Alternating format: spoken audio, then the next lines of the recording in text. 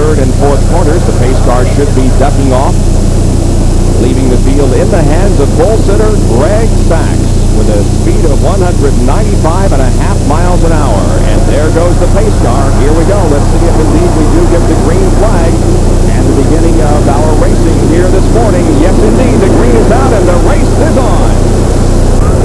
Now they're running a smaller restrictor plate, so it's going to take these cars some time to get up to speed. And you can see that the pole sitter, Greg Sacks, has dropped back just a little bit, allowing this field to be led by, as they go into turn number one, Dale Earnhardt in a Chevy and Bill Elliott in a Ford.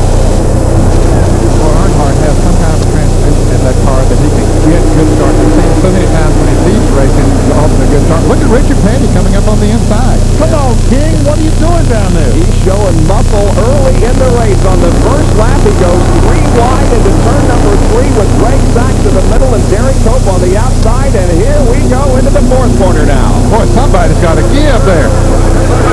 Three abreast racing. Look at this. Coming out of corner number 4, they touch. All 3 cars are touching as they come down through the tri-oval, but everybody maintains position. Wow. Oh, no, Sacks is in trouble.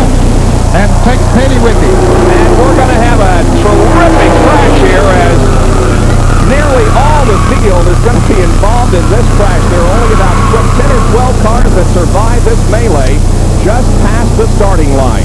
When you have cars that near to the front, get in trouble on the front straightaway, they take up the racetrack and practically everybody got involved. I think there are 12 cars that made it through. At least several cars are now pulling away from the scene of the crash, but there were just numerous cars involved in the action. You can see the smoke and the debris on the racetrack down just past the starting line for turn number 1. Let's take a look at it once again. Well, as they come off of turn 4, they are 3 abreast. Greg Sacks in the middle. He touches the outside car, then down on Petty, and they come into the tri-oval here, and they get together once again, and around they go, and then everybody starts getting involved. See, the track is just closed up. There's nowhere for people to go. Looks like that Derrike Cope and Greg Sacks made contact just prior to Greg losing control. Very reminiscent of a crash in the 125 event here a year ago at Daytona. And it looks like we're going to red flag the race. Here they go again.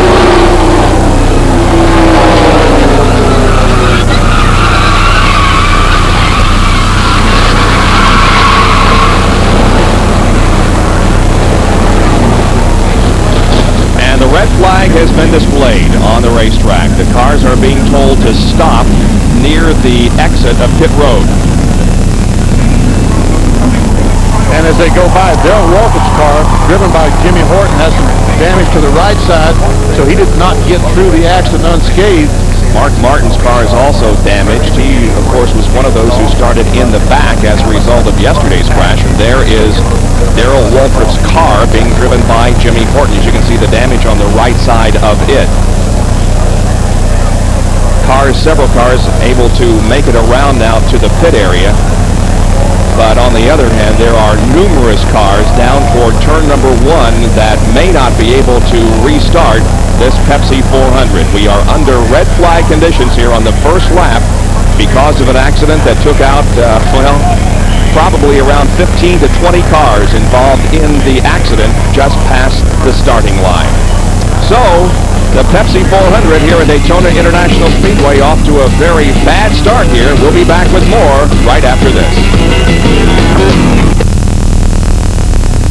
Starting line down toward turn number 1, and an accident involving about 20 cars. About half the field involved in an accident just as they were completing lap number 1. It began up toward the front of the pack when Richard Petty and Greg Sacks and Derrike Cope came through here 3 wide at the start-finish line, and then Sacks loses it. He loses it, goes down, hits Richard Petty. Richard loses control, and plus the racetrack gets blocked, and these fellows have nowhere to go. Buddy Baker sliding into a couple of cars here, Davey Allison and Jeff Bodine. Looks like Morgan Shepherd with some damage. Here's a shot from the in car.